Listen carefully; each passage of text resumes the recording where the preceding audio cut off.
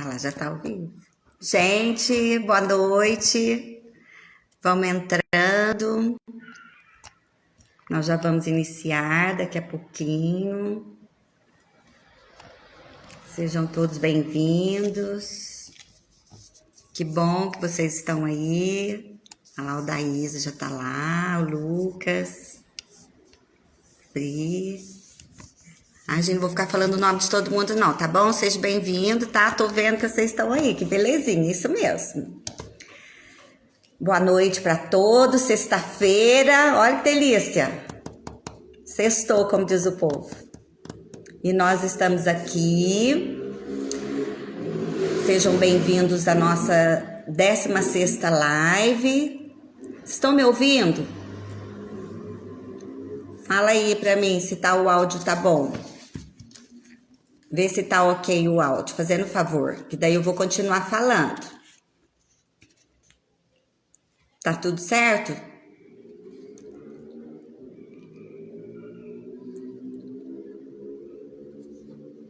Acho que tá, né? Tá, isso mesmo, olha lá, já respondeu. Tá bom o som, né? Legal. Então, olha aqui, hoje é a 16ª live da Faculdade Venceslau Braz.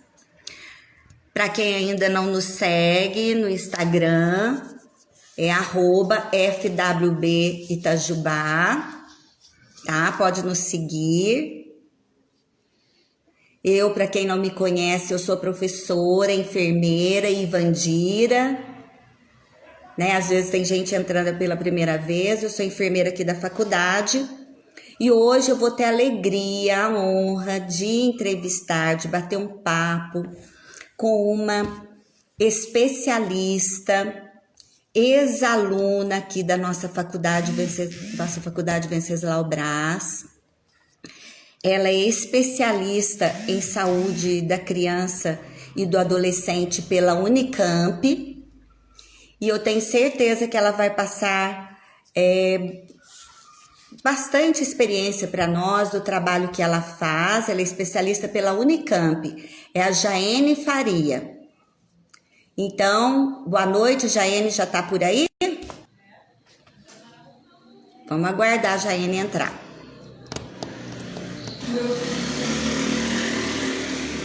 Tô só aguardando. Falar de criança e do adolescente.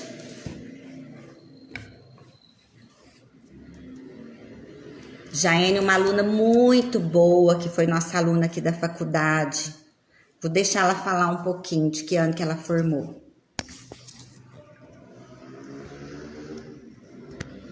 Já tá por aí, Jaene? Já vimos que o áudio tá tudo ok. Já vimos que tá tudo certo. Você só aguarda um pouquinho que ela vai entrar, a gente já começa nosso bate-papo. Ah, já tá entrando.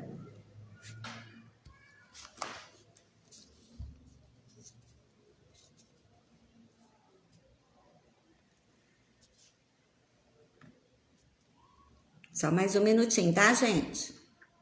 Que bom, quanta gente boa, professores, alunos. Olha lá, gente. Nossa, tô gostando muito. Isso mesmo.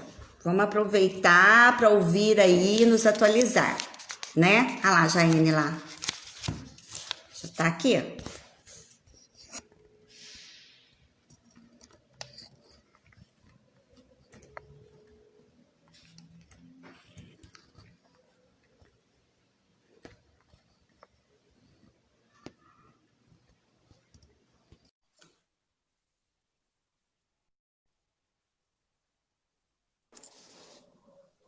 Olá!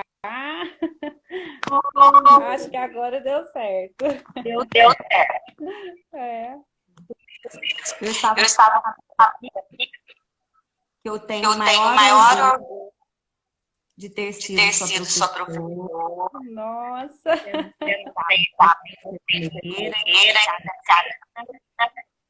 Isso. Que ano fala aí para nós. Tudo bom? Seja bem-vindo. Obrigada. Boa noite a todos, né? Peço desculpa aqui pela pelos erros de conexão que deu. Imagina. Espero que esteja bom o áudio. Meu nome é Jaene, sou enfermeira, então, graduada pela Escola de Enfermagem, Faculdade de Enfermagem, né? Tenho pós-graduação na Saúde da Criança pela Unicamp. As minhas linhas de atuação foram na assistência em um centro de saúde de Campinas, então já trabalhei na atenção primária. Também já trabalhei no Hospital das Clínicas da Unicamp, né, onde passei pelo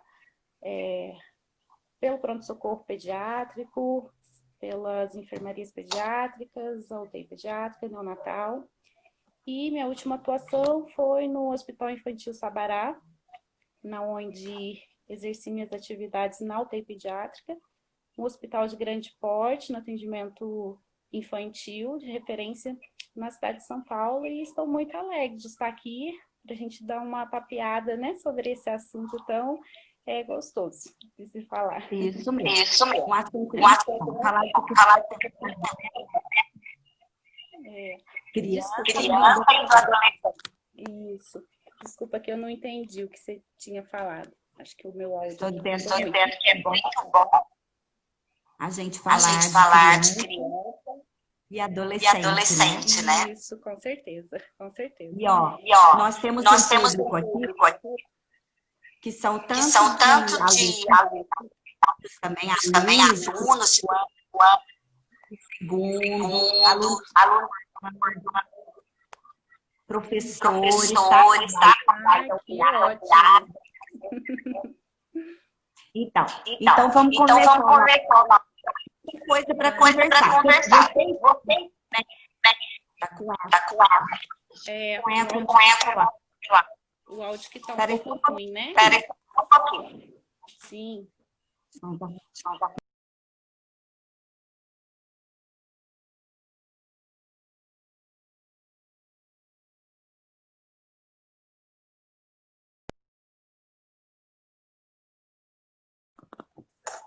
Vê se tá melhor. Para mim melhorou. Tá, mas ainda tá um pouco com eco, né? Para você está com eco? Para mim melhorou. Tá. Então eu gostaria, Jaene, para gente começar, que você falasse um pouco quem que é o que especialista em saúde da criança e do adolescente. Quais as características desse profissional? Bom, esse profissional é aquele que vai estar, então, habilitado para trabalhar diretamente com o público infanto-juvenil, né? A criança e o adolescente. É um profissional que ele nunca vai conseguir se desvincular do binômio criança, adolescente, família. Não tem como. A gente vai trabalhar com a criança, mas a família vai estar em todo o contexto do atendimento, né? De todo cuidado. Certo. Dizer quais as características que esse profissional tem que ter é muito vasto. Você falar, ele precisa ser responsável, ele precisa ter honestidade, conhecimento. Isso é pertinente a todos. Já é próprio, né? De cada um. Mas eu cito que para esse profissional em questão, duas características são essenciais, que é a primeira, criatividade. Não tem como trabalhar pediatria sem ser criativo, e empatia. Porque esse trabalhar nosso com a família nos coloca muitas das vezes em situações que a gente vai precisar parar, não se colocar no lugar, mas entender o que ele está passando, às vezes, com o seu filho, na situação de enfermidade. Certo. Então, olha só, parece que travou dela, né, gente? Só um minutinho, tá, gente? Vocês viram que ela é uma enfermeira que trabalhou tanto na atenção primária quanto na... Vocês viram que até o UTI neonatal. Isso, por menos tempo, mas... Se o som ainda estiver ruim, Ah, tem que o quê? Perdão? O som, eles ainda estão tentando arrumar para nós. Tá bom, tá bom. Eu pensei em pôr um alto-falante aqui também para ver se ajuda. É. Vou falar mais um pouquinho. Olha só, você falou coisas importantes, que a gente sempre a questão da criatividade. Porque para trabalhar com criança, se a gente não for criativo, não tem como. Verdade, verdade. É muito importante. E outro ponto que você... Família. Primeiro que eles estão necessitados, né? Com certeza. A família tem que estar participando. Sim, eles são os responsáveis, né? Pela criança, pelo adolescente, muitas das vezes. Isso mesmo. E outra coisa que eu queria te perguntar. Eu acho que eu vou pôr um fone. Só um minutinho, que eu vou pôr um fone para ver se melhora. Isso. Será que eu também colocar um fone? Não tem como. O meu não tem jeito. Aí, vamos ver se melhora um pouco, né? Vou para trás. Aí, vê se tá melhor, gente. Tá bom, Jaine? Você tá me ouvindo? Eu tô te ouvindo. Melhor. Tá melhor. E o som, gente? Então vamos continuar nosso papo. Olha só, como eu disse para vocês, tem alunos aí. Como que é a procura para especialização em assistência, em saúde da criança e do adolescente? Como que é essa procura para esse tipo de especialização? Então, Vandira, não é muito alta. Um estudo realizado pelo COFEM, dentre as 7 especializações mais procuradas, a saúde da criança é a 6ª. Ela só não perde para a nefrologia. E muitas das vezes a gente percebe até na prática assistencial, porque você encontra colegas de outros setores e que falam, olha, eu não teria coragem, não teria condição de trabalhar com criança. Eu não aguento ver uma criança enferma, uma criança doente, né? Até nos remanejamentos de profissionais, né? A gente sabe que muitas das vezes é mais fácil você conseguir levar um profissional da pediatria para cobrir escalas, vamos dizer assim, de um outro andar, vamos supor, do que você fazer o contrário, de trazer um profissional do setor adulto para trabalhar no setor infantil. Então não é muito alta, não. Ah, então é difícil, não é uma procura. Eu achei legal, porque a gente, igual você falou, vê especialista em UTI, especialista em obstetrícia, mas especialista em saúde da criança e do adolescente. É super interessante, né? E a procura tem esse receio, né? Como você disse. Sim. Muitas das vezes está relacionada a isso que eu te comentei, né? A pessoa não conseguir trabalhar com pediatria. Mas é um pessoal que se conhece. Você vai ver, acabam mudando de instituições e vai falar, fulano, já trabalhei em tal lugar. Então, uma categoria que se conhece bastante. E como que a gente faz para procurar uma especialização? Como que deve fazer?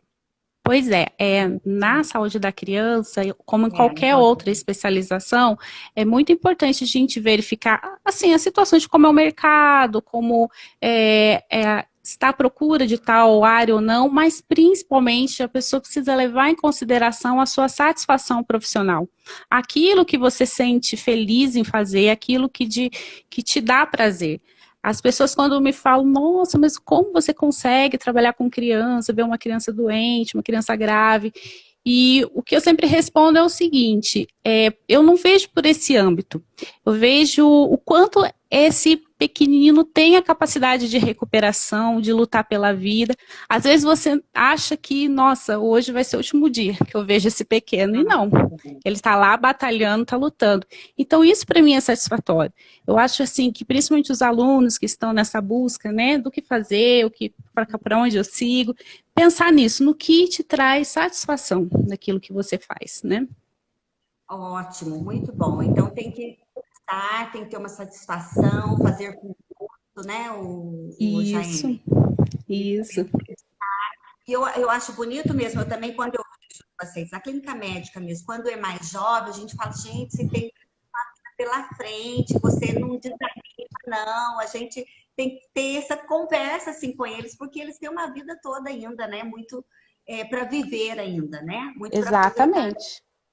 E Exatamente. agora, eu queria saber uma coisa. Você disse que trabalhou tanto na atenção primária quanto na atenção secundária. Como que é o trabalho, a prática assistencial de um enfermeiro especialista, assim como você, na atenção primária? Como é que é esse trabalho? Fala um pouquinho pra gente. Falo sim. Bom, a gente tem que pensar que um enfermeiro que vai trabalhar na atenção primária, não necessariamente ele vai só trabalhar com atenção à saúde da criança, né? É um profissional generalista que vai precisar trabalhar todos os âmbitos dos programas governamentais. Porém, o especialista na saúde da criança, ele tem um diferencial, porque a atenção primária da saúde, ela vai buscar primordialmente a promoção da saúde e prevenção de doenças. A gente pode ter ações curativas, assistenciais diretas, com certeza. Porém, o maior foco é promoção e prevenção, né? E o enfermeiro pediátrica, especialista na saúde da criança e adolescente, ele basicamente vai trabalhar para sempre com ações de educação e saúde. Não tem como desvincular isso. Seja na própria família, como eu disse, até mesmo já abordando o pequeno que já tem uma certa consciência e já consegue entender alguma coisa, né? Então, eu falo assim que nessa unidade que eu trabalhei, a gente abordou muitas coisas com relação à saúde da criança. E esse abordar começa já na própria gestação. Nós tínhamos grupos de gestante, na qual nós ensinávamos como cuidar de uma criança, como cuidar de um coto umbilical, como dar um primeiro banho. Quantas vezes a gente encontra mãezinhas que nunca tiveram um bebê, não sabe como fazer esse cuidado, né? Além disso, tínhamos plantão de amamentação, na onde tirávamos dúvidas, fazíamos intervenções com relação a dificuldades no aleitamento materno, as consultas de puericultura, que são as consultas do bebezinho de 0 a 2 anos de idade. Uma coisa muito interessante que no estado de São Paulo diferencia do estado de Minas, eu não sei agora, né, mas a minha maior experiência é no estado de São Paulo, é que as consultas de puericultura, elas são não exclusivas do médico, elas são divididas entre o profissional médico e o enfermeiro. Então, por exemplo, o médico atende aquele bebê com 2 meses, no próximo mês é o enfermeiro que vai fazer essa consulta. E aí você se depara, nossa, o que eu vou fazer? Né? Se eu não sei qual é a fase de desenvolvimento dessa criança, o que eu tenho que esperar que ela esteja fazendo, né? O que eu vou orientar essa família? Está amamentando, já entrou com fórmula, como que tem que ser a diluição desse leite, dessa fórmula, né? Então, assim, é muito amplo o que você precisa, às vezes, abordar com essa família. E é muito bacana isso, porque você vê o quanto o enfermeiro tem autonomia. Às vezes a gente pensa, na atenção primária eu vou trabalhar na área de educação da criança apenas o crescimento e desenvolvimento, pesar e medir, e vou trabalhar com sala de vacina. E não, você tem um leque de atuações com relação a esse público.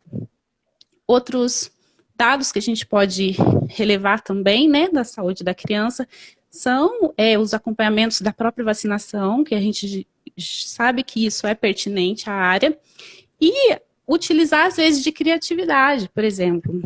Nós tivemos uma campanha de vacinação que a gente enfeitou o centro de saúde como se fosse o castelo da Frozen.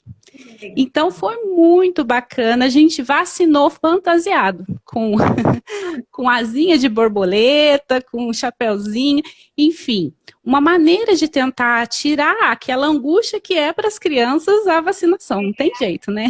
Eles ficam...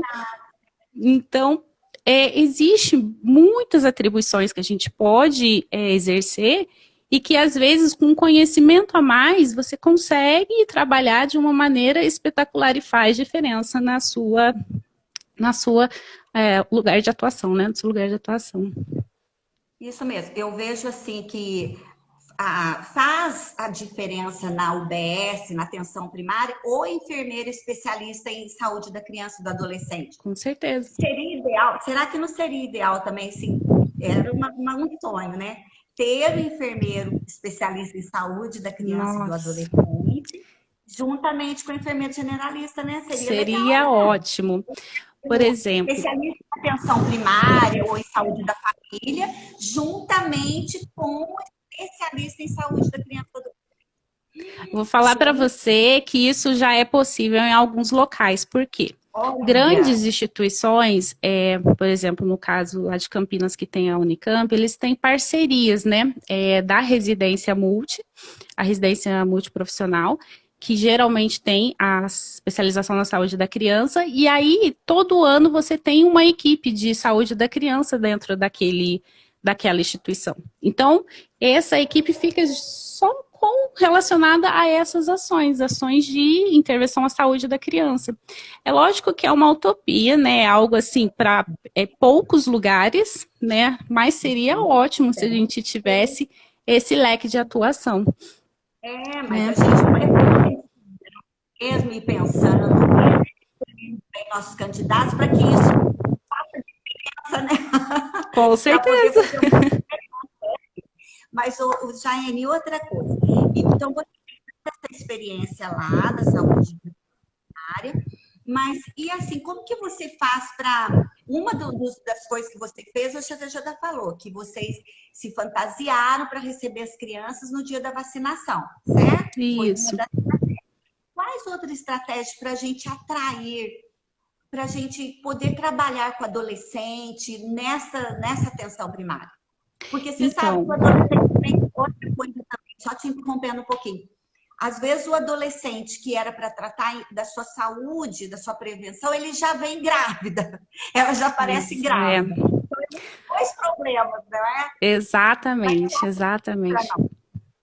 Então, Vandira, além das ações com a primeira infância, né, a gente também vai ter as ações relacionadas a esse público um pouco mais que já tem essa concepção. Até um pouquinho antes mesmo de adolescente, os pré-escolares, por exemplo, a gente já pode começar a trabalhar com eles alguns assuntos de orientação.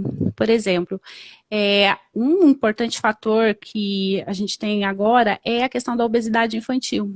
Então, a gente pode trabalhar palestras de orientações na escola sobre alimentação saudável, que são você pode se fantasiar, usar da criatividade para poder chamar esse público.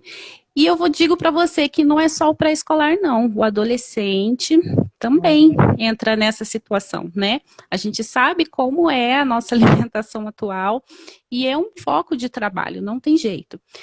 Outra coisa com relação aos adolescentes e entrando já nessa questão da sexualidade, que é um desafio muito grande, eu vou falar para você, porque hoje a gente tem crianças cuidando de crianças muitas das vezes. E são esse público, às vezes, que você vai pegar lá no grupo de gestante e que vai ensinar, às vezes, a posicionar um bebê que nunca teve contato, né? Então, eu acredito que a educação em saúde é o principal fator, né? Você saber como adentrar a esse público, né? Usar um linguajar apropriado para eles, utilizar de maneiras criativas, lúdicas, imagem, chamar a responsabilidade. A gente chegou a fazer algumas palestras, por exemplo, mostrando o quanto custa cuidar de uma criança. Que eu acho que isso ninguém fala, né? Isso ninguém mostra. O quanto custa, né? O quanto eles poderiam, talvez, estar num primeiro emprego e adquirindo o seu salário e agora você vai ter que ter a responsabilidade de uma criança. Então, esse contato entre a instituição de saúde, né, e as escolas é muito, muito importante. Nós tínhamos um grupo que chamava Grupos dos Professores. Esse grupo, toda semana, nós tínhamos uma reunião com os professores da área de abrangência, né, do centro de saúde.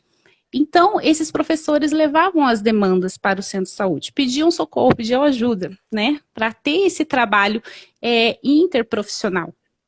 Ali a gente tinha casos de crianças que às vezes os professores relatavam, olha, estou achando muito que ele está muito violento com os amigos, esse daqui está com déficit de atenção, esse daqui está muito quietinho, a gente está achando que está com depressão, né? E nesse centro de saúde que eu trabalhei, a gente tinha a equipe de saúde mental. Tinha um psicólogo, tinha um TO e o enfermeiro da unidade também atuava junto. Então, a gente fazia reuniões de pais e filhos. Aí, nesse contexto de reunião, entrava toda a equipe multi da unidade. Entrava o pediatra, entrava o psicólogo, entrava o enfermeiro. Logicamente que uma vez que a família aceita o atendimento, né, aceita a intervenção.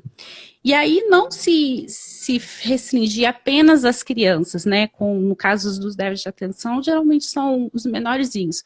Mas as situações de percepção de uma criança que está já um pouco adolescente, mas que tem algumas atitudes violentas, a gente trazia para junto. Porque a gente sabe o quanto a vulnerabilidade que essas crianças estão expostas, né? Situações de violência, de maus tratos.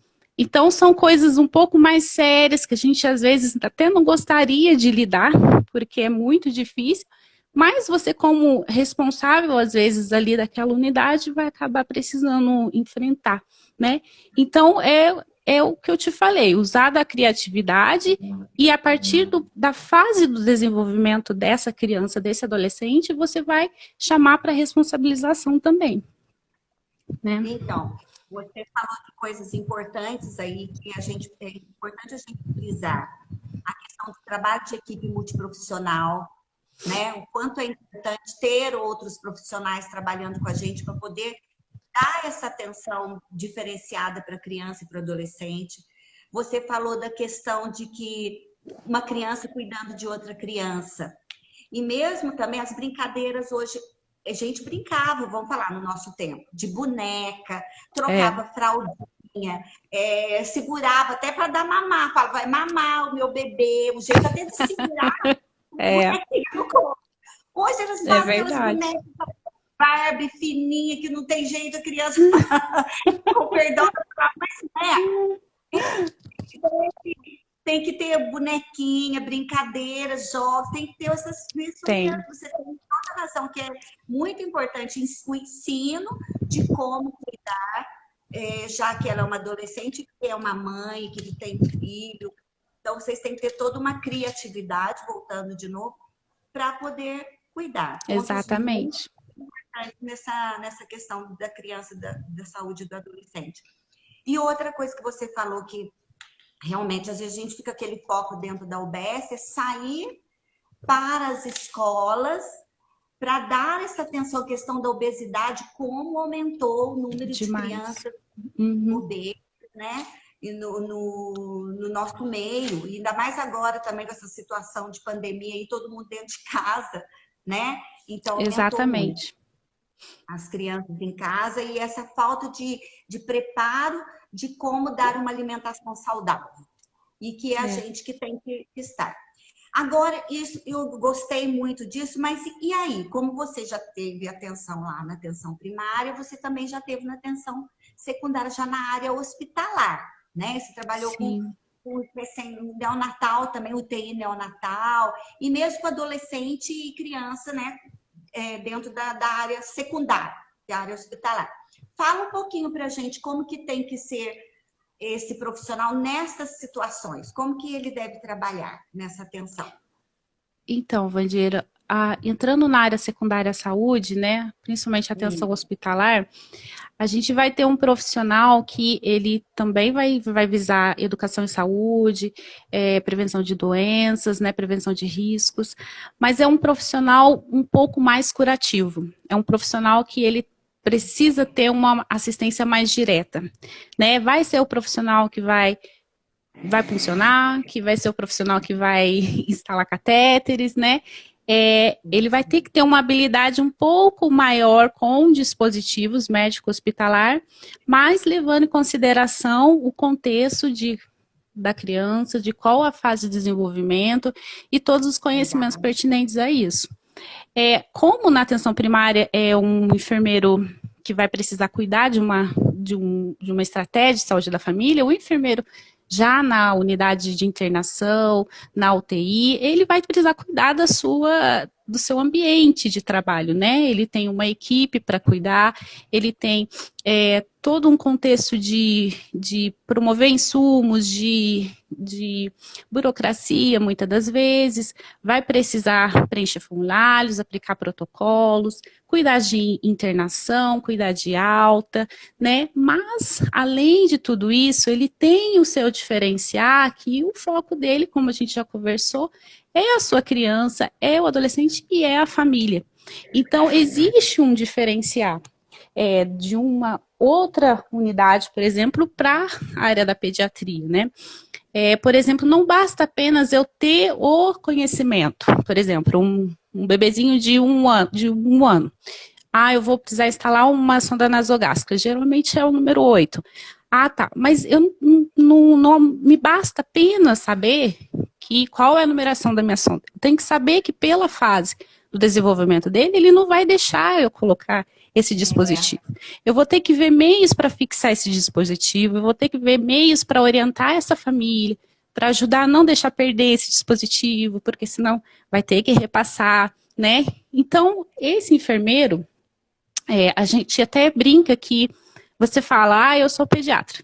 Parece que só vai tratar pneumonia e fazer antibiótico terapia, né? Mas vai muito além do que isso. É um enfermeiro pediatra que acaba sendo generalista, porque você vai cuidar de inúmeras patologias, né? Você tem crianças com neuropatias, com cardiopatias, crianças com doenças da questão nefrológica, crianças que dialisam, crianças que precisam de catéteres de longa permanência, crianças que vão precisar de cirurgias mais complexas, cirurgias mais simples. Então, você tem uma gama de situações a gerenciar numa unidade pediátrica. No meu caso, que eu tenho mais experiência, é na UTI pediátrica, né? Então, a gente vê, às vezes, aquela criança entrando, até sorrindo um pouquinho, né, alguma das vezes, e daqui um pouco ela já está extremamente grave, entubada, cheio de catéteres, cheio de drogas, né, com sedação. E aí é que vai o seu diferencial, porque determinadas medicações são diferentes na área da pediatria, né? A gente sabe, por exemplo, um sedativo Propofol é um sedativo de boa ação rápida, porém, se essa criança está em processo de sepsemia, é super mal para essa criança. Ele pode interferir totalmente na hemodinâmica dela. Então, assim, cada estrutura que você vai precisar cuidar, seja da sua equipe, seja de todo o contexto da criança, você tem que levar em consideração o seu conhecimento em pediatria, não tem jeito. É tudo muito diferenciado. A gente fala que os nossos pequenos são órfãos de doses, porque a indústria farmacêutica ela acaba produzindo remédios para o adulto, né? E aí a gente precisa fazer todo o possível para que essa criança receba a dose certa, né, no tempo certo, enfim. É uma atenção totalmente generalista e especialista ao mesmo tempo. E aí a responsabilidade do enfermeiro numa medicação, numa sondagem, nos princípios científicos, ali executando, escolher o número correto, a quantidade, a dosagem correta da droga. Olha quanta coisa importante o enfermeiro tem que ter. Exatamente. exatamente. E outra coisa, só lembrando também, assim, essa situação da criança, adolescente, eles saem do seu ambiente normal, né? Da sua casa, da sua rotina. O adolescente que estava com seus colegas, está uma época de estar com um grupo de amigos. É muito estressante para ele essa situação, e até para a criança. Né? Eles saem da rotina. A criança corre, a criança está em casa, de repente ela está no leito, às vezes tem que estar até contida para não tirar sonda, para não. Como que vocês trabalham com isso, assim, de alguma maneira? Olha, Uma eu vou atividade, falar. alguma coisa assim? Sim, então, Fala um pouquinho para mim. primeiramente é a paciência, né? Não tem como. Às vezes você vai precisar instalar um dispositivo N vezes, né? Eu tive um pequeno que a gente passava sonda nasogástrica nele cerca de 3 vezes por plantão, né? Tanto que ele arrancava o dispositivo. Então, primeiro vai ser essa empatia de saber que é normal da idade, é normal da situação, porque às vezes eu posso ter um adolescente também que está arrancando todos os dispositivos e está comprometendo até mesmo a própria saúde dele, né? Então, nessas situações até é preciso fazer uma intervenção maior para não ter riscos, no caso. E aí, para a gente trabalhar um pouco toda essa situação, a gente precisa ter em mente das situações lúdicas, das atividades lúdicas para poder ajudar esse processo de estressante que é a internação, né, hospitalar. Nós podemos ter insumos como, isso vai depender muito de instituição, né, mas a minha última instituição era muito bem equipada, então a gente tinha um serviço de hotelaria maravilhoso. A gente tinha videogame para os meninos, quando eles queriam. A gente tinha livrinhos, lápis para poder oferecer, para passar o tempo, né? A gente tinha vídeos de desenhinhos para eles. Permitíamos que a família leve aquele brinquedinho, aquilo que a criança mais gosta, levando em consideração as questões de infecção hospitalar, né? A gente sempre orientava para levar aquilo que conseguíssemos higienizar. E eram algumas das maneiras de tentar diminuir o estresse da hospitalização. Uma coisa muito legal, por exemplo, é que uma vez ao ano o hospital fazia a limpeza dos vidros do prédio, né? E aí os limpadores, eles iam fantasiados de super-heróis, de Homem-Aranha, de Batman. E aí a criança olhava na janela, aquele personagem estava lá, fazendo tchau para eles. Então eles achavam que estava voando, né? Que estava vendo o super-homem. Então são coisas que a gente às vezes, nossa, eu tenho essa possibilidade na minha instituição, será que dá certo, né? Outra coisa muito legal, existem hoje cursos de teatros, cursos de, que tem alunos e que pode fazer parcerias. A gente tinha grupos de estudantes de teatro que iam fantasiados de personagens, levavam violão, né? E à medida, dependendo do grau de complexidade da criança, algumas até podia fazer, né? Permitir a entrada desses personagens, né? Então, são maneiras de tentar amenizar. Agora, e para nós, enfermeiros, né? O que a gente pode fazer? Nós temos... Para poder cuidar do outro, né? Sim, sim, mas nós, como enfermeiros, temos uma prática que é exclusiva do enfermeiro, regulamentada pelo Corém, que é o brinquedo terapêutico. Nós podemos aplicar essa prática, é uma propedêutica exclusiva do enfermeiro.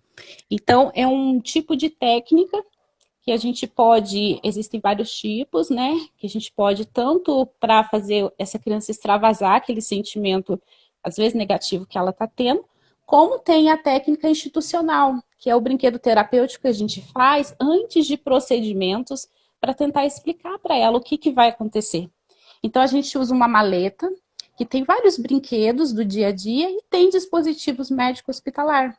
Então, antes de uma punção, você explica como vai ser, faz no bonequinho, conversa com a criança, explica que vai ser incômodo, né? Nada daquele negócio de, não vai doer, porque isso não existe, né? Qualquer intervenção, ela é desconfortável, né? Então, é uma prática que o enfermeiro ele é respaldado para realizar. O que a gente encontra, às vezes, é dificuldade de realização na prática profissional, porque você tem bastante demanda, né? Mas, à medida do possível, é uma coisa maravilhosa e que curte efeitos maravilhosos, sabe? Na própria vivência da criança na hospitalização. Então, enquanto no adulto a gente, antes de fazer um procedimento, a gente fala, explica para ele o que vai fazer, para a criança é necessário ela visualizar. Então, você pega com uma boneca, ou com, igual você falou, com procedimentos mesmo, demonstra, fala, é isso que a tia, ou sei lá, vocês falam tia ou não pode falar? A gente pode falar, mesmo. Não, é a tia. Você acaba no momento, né, encontrando o que é mais fácil para ele entender e te aceitar. Porque nós, enfermeiras, geralmente somos as carrascas, porque é nós que coletamos gasometria, é nós que coletamos exames, é nós que passamos sondas. Da hora de pensar, é verdade. O técnico, às vezes, ele é muito mais querido que nós enfermeiros, porque às vezes é ele que vai dar o banho e é ele que vai dar o conforto, né? E aí a hora que é do picar, tem que chamar a enfermeira. Acaba sendo. Mas isso não é um empecilho, não. A gente consegue fazer amizades aí também, nesse processo. Consegue, sim. Olha, o Jaiane, é uma coisa assim que ao mesmo tempo é alegre, porque a gente vai ver sair, vai ver ele se tornar saudável, a melhora dessa criança, e é uma intervenção que a gente faz com pena, mas a gente sabe que é para a melhora dele, mas é triste também, porque a gente sabe que ocorre as mortalidades, e a senhora que não tem, foge da nossa alçada, dos cuidados, que a gente dá os cuidados, mas infelizmente ele vai a óbito e acaba perdendo a vida. Como que vocês trabalham essa questão também de mortalidade infantil? Tem isso que eu falei para vocês. Vocês cuidam de vocês também? Porque a gente tem que cuidar da gente para poder trabalhar direto ali. Não deve ser fácil. Não, então, Vandira, esse é um assunto que dá uma live inteira, né? Só dele. Mas vamos pincelar, vamos pincelar um pouquinho, né? É inevitável, né? Em qualquer área da atuação do enfermeiro, a gente vai encontrar mortalidade. É algo que não é fácil realmente, mas acontece, né? E algumas das vezes a morte ela vem até por uma questão de alívio para aquela criança, né?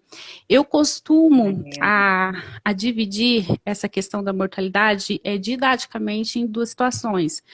Primeiro, aquela criança ígida, aquela criança que era saudável, que por uma eventual patologia, por exemplo, bronquiolite, uma pneumonia, fez com que essa criança desenvolvesse uma sepsemia grave, e mesmo com todos os recursos, né, que eu, por exemplo, passei em locais que tinham alta tecnologia de recurso para conseguir a sobrevida, né, das crianças. Mas mesmo assim, às vezes aquele corpinho não consegue combater e ele vai a óbito, né? Então, essa família é um baque tão grande, porque até um primeiro momento, você tinha aquela criança viva, correndo, né? E daqui um pouco você tá com uma criança nos seus braços sem vida. Não que a dor dessa família seja menor, mas eu costumo diferenciar um pouco daquela família que tem uma criança com doença crônico-degenerativa, né? Nós temos hoje, com o avanço da tecnologia, a possibilidade de, por exemplo, prematuros extremos, prematuros com peso de 500 gramas, por exemplo, conseguiria sobreviver, mas com certeza ele vai ter uma condição crônica a ser tratado, né? Ou mesmo aquelas crianças que nascem com alguma doença que é um pouco mais grave, as cardiopatias, por exemplo. Eu tive uma menininha que tinha um pulmãozinho. Então, imagina uma pequena bronquiolite, o estrago que não fazia, né? Então, assim, essas famílias que têm as crianças com a doença crônico-degenerativa, ao meu ver, e como já li muita coisa sobre isso, no momento que elas descobrem a enfermidade, elas começam, parece, a vivenciar a dor da perda dia a dia. Por que eu digo isso? Porque dia a dia eles estão lutando para manter o seu pequeno vivo. Mesmo que manter-se vivo não significa viver a vida. Às vezes é o fato de ele estar vivo hoje, amanhã ele tem que estar vivo, amanhã ele tem que estar vivo. Então, às vezes não tem vivência nenhuma. Às vezes está numa cama, né? É um neuropata grave, às vezes, mas mesmo assim existe aquela luta da família. Então, não que a dor de um vai ser maior que o outro, de maneira alguma. Mas essa família que tem a criança numa situação de cronicidade, ela parece que vai vivenciando dia a dia esse sofrimento. É um dia uma vitória, outro dia uma derrota, né? Um dia uma vitória. E às vezes o aceitar da cronicidade da doença já é muito difícil. A gente teve uma família que a criança era previamente rígida e ela desenvolveu uma pneumonia muito grave, evoluiu para uma sepse e ela acabou ficando muito grave, de tal ponto que ela precisou de uma traqueostomia e de tal ponto que os valores de pressão que o ventilador mecânico mandavam para ela eram valores de adulto, de tão ausência de complacência que aquele pulmão tinha. Então, em pediatria, que às vezes você tem picos de pressão de 30, para essa criança era 50, 57. Então, muito alto. O trabalhar para essa família, primeiro aceitar a condição que agora aquela criança está de uma criança crônica, que ela vai precisar de cuidados especiais, já foi muito difícil, né? Então, esse primeiro passo da aceitação e até chegar um momento em que a gente simplesmente ouve da equipe, não tem mais o que fazer, né? E é aí que, nesse momento, às vezes acontece o aceitar da família do processo de terminalidade, de finitude, né? E é aí que as coisas acabam evoluindo positivamente, muitas das vezes, para aquela criança, que parece que eles estão segurando enquanto os pais não aceitam, eles não vão, né? Então, não é fácil, com certeza, é uma coisa que a gente precisa trabalhar com a família e trabalhar com nós, porque a gente se apega. Eu cuidei de criança que estava 8 anos numa instituição hospitalar porque não tinha condição de ir para casa. Então, você pensa, 8 anos convivendo com aquela criança. A gente teve crianças de 2 anos, bebezinhos, né? Fez 2 anos com a gente. Então, precisa se trabalhar isso, porque é a nossa vivência do dia a dia. Eu não digo para você que é muito, não, graças a Deus, não são tantos casos de óbito, né? Principalmente das crianças rígidas. As crianças que são saudáveis, elas têm uma capacidade de recuperação muito boa. Mas as crianças que têm uma doença crônico-degenerativa são as que acabam tendo a maior incidência, né, de óbitos. Não tem jeito. Então, e a gente vê assim que associado a tudo isso também, hoje a tecnologia nos ajuda muito, os tratamentos terapêuticos, ajuda até a recuperar a doença, né? E sarar, e mudar. Então, tem essa ajuda também. E você disse assim, muito importante também, essa questão de quando a família começa a aceitar, né? Quando a família entra no processo de aceitação, que ela também passa pelas fases da morte como uma criança. E aí ia muito. E uma coisa que você falou que realmente, ainda bem que não acontece muito, são menos os casos, né? São. E quando ocorre, a família, graças a Deus, já está mais preparada para isso, né? E assim. Tanto a família quanto os profissionais, né? Os profissionais, se a gente não se policiar, você acaba entrando junto naquela situação. Você precisa ter muito bem estabelecido isso, né? De que o que você pôde fazer, você fez, né? O que você pôde proporcionar de carinho, de melhor cuidado, de melhor atenção, você fez. Eu acho que é isso que te faz prosseguir, porque senão a gente realmente não dá conta. A gente se apega mesmo. Isso mesmo. A gente fazer o melhor que pode fazer naquele dia, naquela hora. Eu falo muito isso para os alunos. Hoje estão aqui, então vamos dar o nosso melhor hoje, porque eu não sei no dia de amanhã. Vamos fazer o melhor que eu posso fazer e é isso que nos conforta. não é mesmo? E graças a Exatamente. Deus a escola nos ajudou muito, né, ô Jaine, você não acha? A Demais, é um escola deu diferencial total, porque a gente trabalha muito a espiritualidade, né? Essa muito, questão, e a escola tem um total respaldo nesse sentido, porque é a nossa prática do dia a dia. Não adianta a gente achar que vai ser só alegria. É ótimo você ver um pequeno hino de alta, porque ele se recuperou.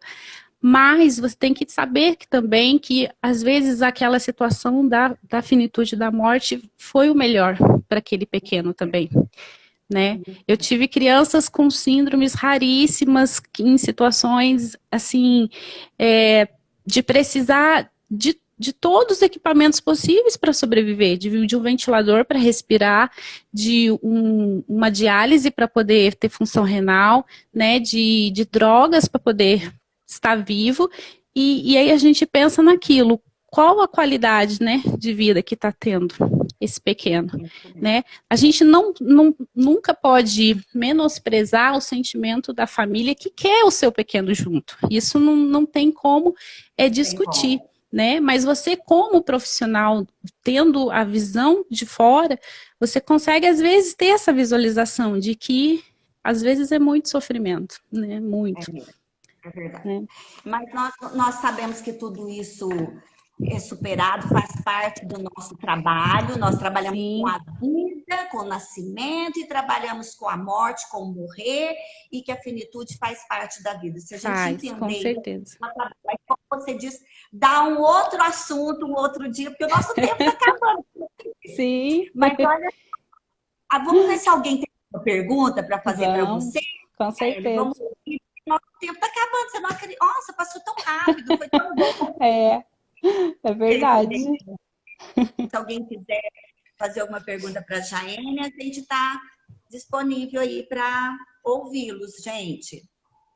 Porque, infelizmente, nosso tempo está acabando, mas fica aqui já um convite para uma outra vez, a gente conversar um pouco mais a respeito dessas questões também, de terminalidade, essas questões de específico de neonatal, também é um assunto também. Sim. E lá, estão comentando se com o adolescente é muito mais difícil do que dar assistência, é muito mais difícil do que para a criança? É mais difícil? Sim. É mais difícil porque eles têm uma concepção, às vezes, já formada, né? E às vezes ele bate de frente daquilo que você tá falando. Então, por isso, o jeito, o utilizar o linguajar adequado, o saber chamar a atenção do que vai ser atrativo para ele, né? Do que não vai ser. A criança, você usa do lúdico, você ganha. Não tem jeito. Agora, o adolescente nem sempre é suficiente. É um trabalho de especialista mesmo. Tem que ser. Olha só, o pessoal está falando que está muito lindo o seu trabalho. Obrigada. Sara, você tem alguma parente de Sara? Tem, minha irmã. Ela tá ficando linda, mandou beijo. O Daísa mandou parabéns, tá? Obrigada. Mas como o nosso tempo está curto, eu tenho que falar aqui umas coisinhas, tá, gente? Com certeza. E antes da gente encerrar a live, a gente gostaria de lembrar que as inscrições para o nosso vestibular 2021 já estão abertas. Vocês podem, maiores informações, pode acessar nosso site www.fwb.edu.br ou entrar em contato com a gente nas redes sociais. Então, procura aí, gente, 2021, vamos fazer uma enfermagem, depois você procura a especialização na área que você gosta, porque às vezes a pessoa fica assim, não vou fazer enfermagem que eu vou mexer só com o idoso. Não é, vai mexer com idoso, com criança, pode trabalhar na atenção primária, secundária, tem várias especializações. Tem sim. Então, podem procurar o nosso vestibular aí que a gente está esperando, tá? Eu agradeço, Jaene. Pena que o tempo foi curto, mas eu agradeço a sua participação. Foi um prazer revê-la, conversar. Que legal, gostei muito. O pessoal está falando excelente, parabéns, viu? Foi um momento muito rápido, mas intenso. Gostei muito de ter falado com você. E fica a palavra aí sua agora de você dar uma boa noite. Finalizar. Eu quero agradecer, né, essa oportunidade, agradecer aos ouvintes, né, muito obrigada. A gente está aqui para o que precisar, né? Pode contar com a gente. Foi um prazer rever essa professora queridíssima, que não tem quem não ame essa professora, viu? A faculdade está de parabéns. Prepara a gente mesmo para o mercado. Não fazemos menos que grandes instituições, podem ter certeza. E pode confiar, né? Eu agradeço. Nós é que agradecemos, tá? Uma boa noite para você, um bom final de semana. Igualmente. E a todos que nos acompanharam, todos estão aí dando parabéns, parabéns para nós duas, muito bom, excelente, o pessoal gostou muito. Eu agradeço a participação de todos, que o povo sexta-feira está aqui com a gente, olha que legal. E eu desejo um maravilhoso, um ótimo final de semana para todos, cheios das bênçãos de Deus e numa escolha bem das políticas do nosso país, né, Jaine? Isso aí. Para cuidar da saúde do povo, da prevenção e da promoção. Tá bom? Um abraço. Um abraço. Igualmente. Amém. Você também. Amém. Tchau. Tchau.